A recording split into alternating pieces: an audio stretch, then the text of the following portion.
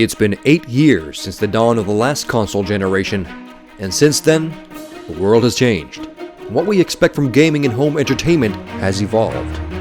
In this series, we'll be taking on the new generation of gaming with an in-depth comparison of the PS4 and Xbox One. Once again, you can expect an in-depth analysis of every aspect of the devices: hardware, software, entertainment and online features, third-party games, and exclusive games. It's all going to be covered in depth, so get ready for 12 rounds of heavyweight game console action. This is the Console Wars.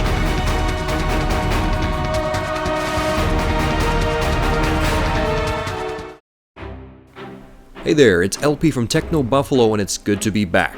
Some of you may remember me from the first season of the Console Wars, which started back in 2009. Since then, we've had over 30 million views for the series, and I have you guys to thank for that, so thanks for tuning in. But let's cut the chit-chat and get started. For the past 30 years, it's been proven time and time again that the best meld between mind and machine has been thanks to a pretty simple piece of hardware: the game controller. Sure, there's been attempts at, quote, more realistic types of control, but we always seem to return back to the good old game controllers. I think it's mostly because we don't want realism. We actually want something that is more. We want to be faster, stronger, and more precise than in reality, and the game controller simply enables our instincts and thoughts to be better translated onto the screen. Let's start off with the successor to hands down the best controller of last generation. When it comes to looks, the Xbox controller is the prettier of the two. It's a snazzy looking device that is in line with the design of the hardware itself.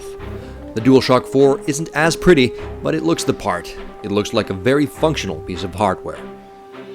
It's nice to see that both parties have now designed a device sized for adults. When it comes to ergonomics, both controllers excel. The Xbox One controller feels definitely similar to its predecessor, having grown in size just a tad. I had very little complaints about the 360 controller, other than the minor complaint about the ridge under the triggers, which left my middle finger a bit numb at times. But thankfully this has been improved for the Xbox One controller, as there's not too much pressure exerted on my middle finger anymore. The DualShock 4 has grown much longer and rounded at the ends, and it now rests comfortably in adult-sized hands. Your fingers are spread out evenly across the surface, and there's no hiding it. The DualShock 4 simply sits in your palms, allowing all your fingers to relax comfortably. The controller is certainly built out of plastic that feels of high quality, no squeaking whatsoever, even when a lot of force is put into it. And luckily, the same can be said about the Xbox One controller. Both devices feel extremely well built, and it's clear that game controllers can no longer be considered as toys. The exception makes the rule.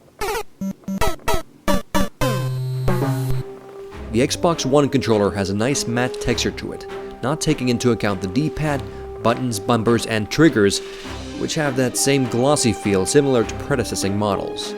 I'm still not too big of a fan of this design choice, as the glossy buttons can get a bit sticky when greased up. The DualShock 4 has a completely new and distinct crisscross texture in the back.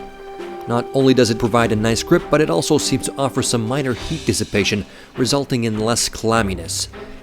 It's a welcomed new feature for those who suffer from sweaty palm syndrome, a common disorder among us gamers.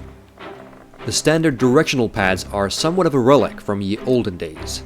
The D-pads on the DualShock controllers have always been decent, and the D-pad in the new controller is no exception to this rule.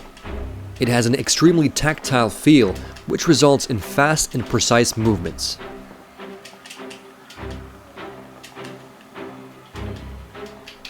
The lousy D-pad was my biggest complaint about the original Xbox 360 controller, but I'm happy to say that it's no longer an issue whatsoever. The Xbox One's newly designed D-pad is almost flawless, although I could still do without the glossy texture. Despite the improvements, typing and navigating with the Xbox D-pad doesn't feel as fast as the PS4 counterpart. The DualShock 4's D-pad just feels a bit more responsive when, for example, typing text. With a few exceptions, button layout has essentially remained the same on both controllers. The A, B, X, and Y buttons feel pretty much the same as on the 360 controller, but the X, square, triangle, and circle buttons have been tweaked a little for the PS4. Range of motion is now shorter. This actually enables you to mash buttons a bit faster. and the buttons require much less to press down. And the buttons now actually feel quite similar to the Xbox One controller. The edges of the new thumbsticks on the Xbox One controller have a nice and gritty texture to them. They may feel a bit rough on the thumbs at first, but end up being absolutely great for intricate precision movements, as you only need the tip of your thumb for a nice grip. For the Xbox One controller, Microsoft has decided to increase the range of motion for the thumbsticks and simultaneously decrease the resistance. In all honesty, I think this is a misstep. I actually prefer the Xbox 360's thumbsticks, which felt great for fast-paced shooters and, for example, driving games. And quite ironically, the DualShock 4 has incorporated basically the Xbox 360's successful thumbstick design. Instead of rounded, somewhat mushroom-looking thumbsticks, the top is now concave with a texture on the edge, much like on the Xbox One controller. Yet it's a little softer on the touch. The range of motion and resistance is a definite improvement from the DualShock 3. And like I mentioned, the thumbsticks feel very similar to that of what I consider to be the best controller of the past generation. The DualShock 4 offers delicate precision in games like the excellent Resogun, in which less than perfect control won't get you very far. And this is the reason why touchscreen gaming won't be replacing analog sticks anytime soon. But what about them triggers, you ask? The DualShock 3's somewhat mediocre convex trigger design has been abandoned completely for an entirely new design that actually feel like triggers.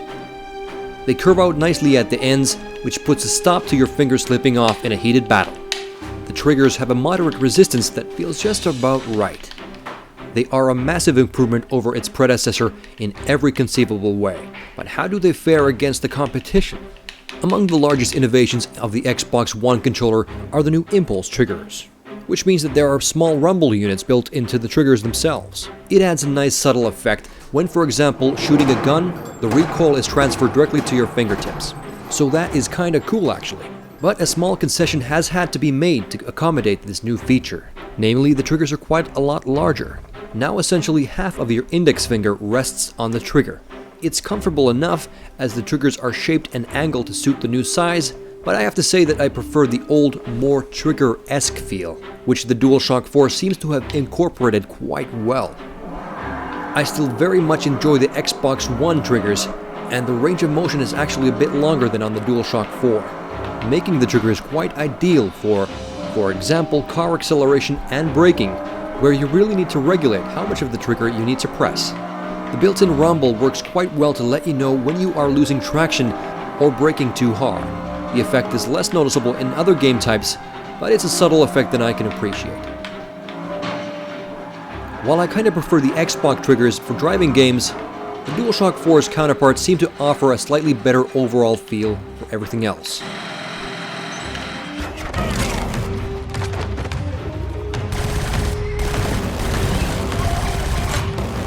Interestingly enough, Microsoft has opted to go with some clicky switches for the bumpers, while the DualShock 4's L1s and R1s have more of a subtle feel to them. It's really a matter of preference for these, but both seem to do their job quite well. I personally prefer the non-clicky variant.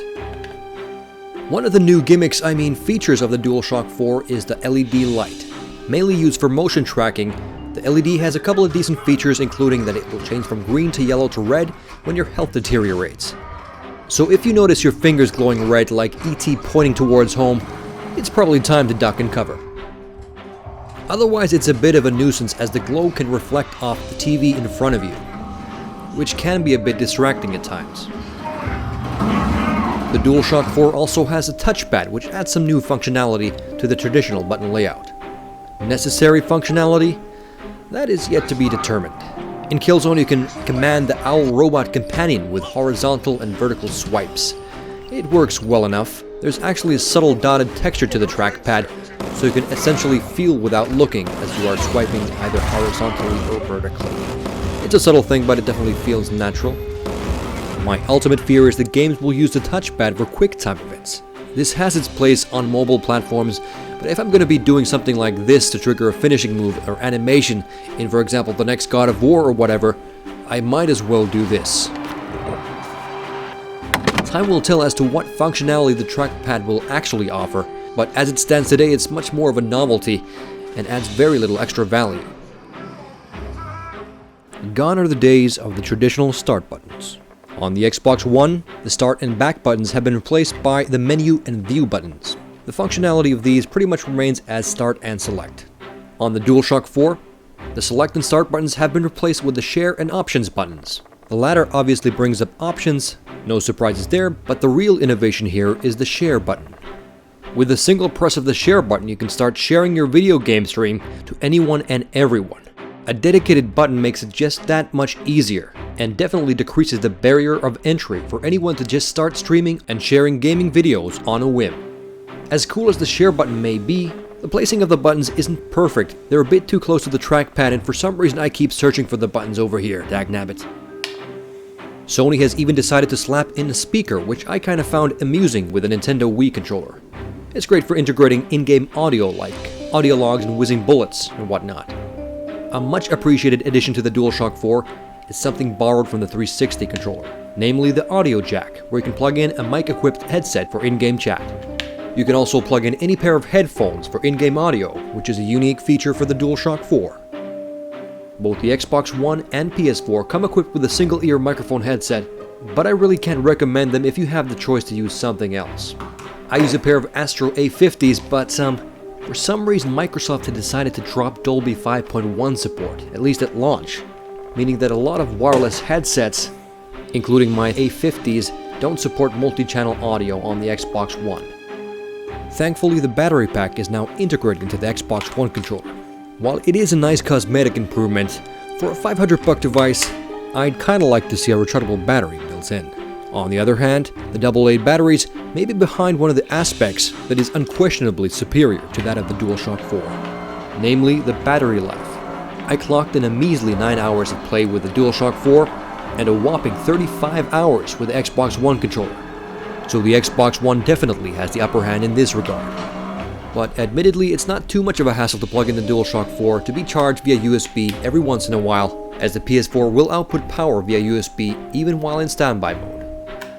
I'm also a self-proclaimed PC gamer, so PC support is what I really appreciated during the last generation. The Xbox One controller has no PC support at this time, but Microsoft has hinted that support is coming at some point.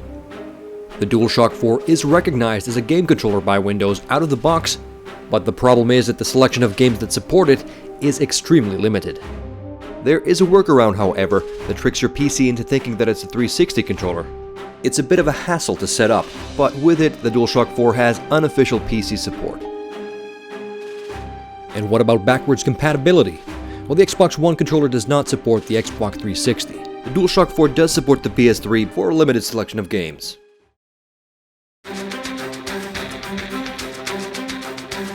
To wrap things up, when it comes to controllers, the features and specs and all that extra nonsense is purely secondary. In the end, the meld between mind and machine is what matters. How the controller feels and how it plays, and how your instincts are transferred onto the screen.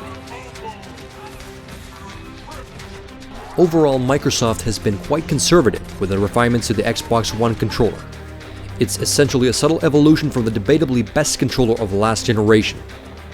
The Xbox One controller is a fine piece of hardware, but I can't help but feel that it hasn't done a big enough job to push things forward. On the other hand, it seems that Sony has listened to every complaint about the DualShock 3. Ergonomics are vastly improved, and for the triggers and thumbsticks, they're simply put outstanding. For all these reasons combined, and for the simple fact that the DualShock 4 truly feels next-gen, the PlayStation 4 takes a victory in the first round. Hardware design is up next, and we're not just comparing the external features, we're also going to be delving deeper under the covers. Hit me up on Twitter if you have any questions, I'm happy to answer them. And stay tuned for the next installment of the Console Wars.